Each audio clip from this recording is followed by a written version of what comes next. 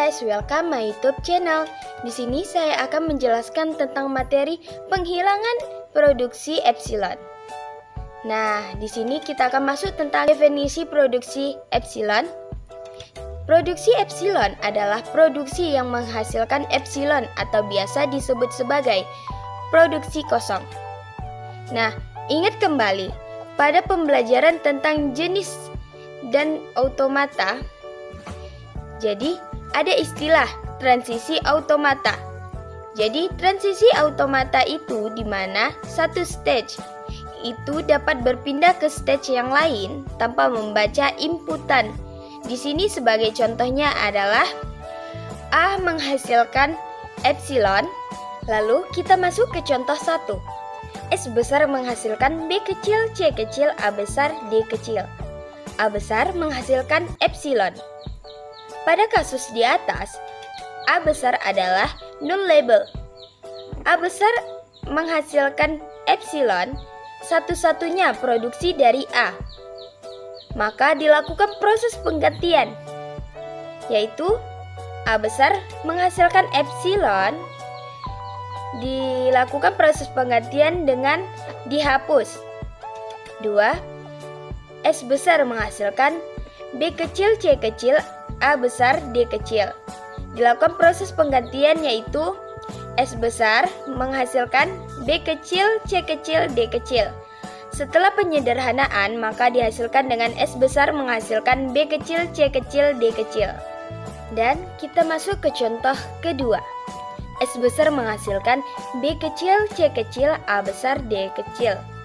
A besar menghasilkan B kecil, D kecil atau epsilon. Pada kasus di atas, A adalah non-label. Namun, A besar menghasilkan epsilon bukan satu-satunya produksi dari A. Maka dilakukan proses penggantian, yaitu 1.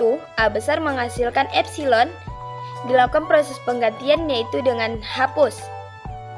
2. S besar menghasilkan B kecil, C kecil, A besar, D kecil.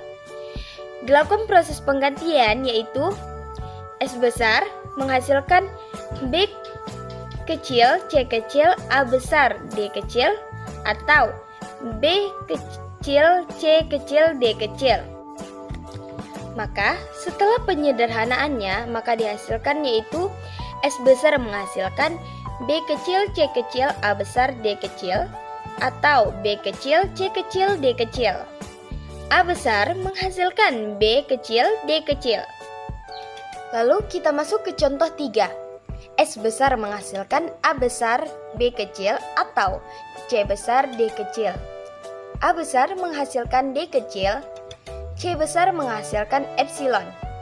Pada kasus di atas, C adalah non-label karena C menghasilkan epsilon.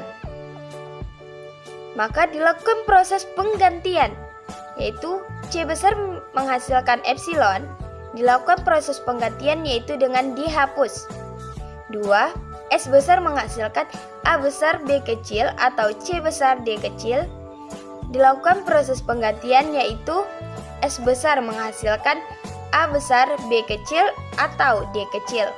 Maka setelah penyederhanaan, S besar menghasilkan A besar, B kecil atau D kecil, A besar menghasilkan D kecil.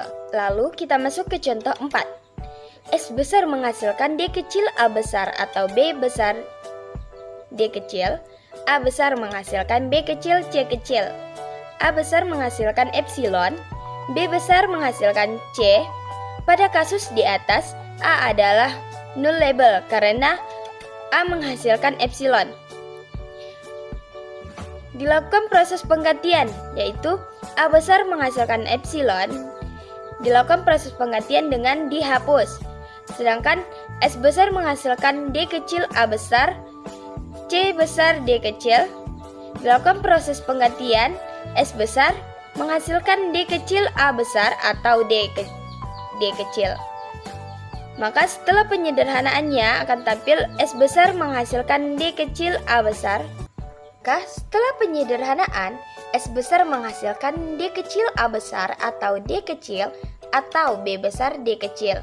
A besar menghasilkan B kecil C kecil, B besar menghasilkan C kecil.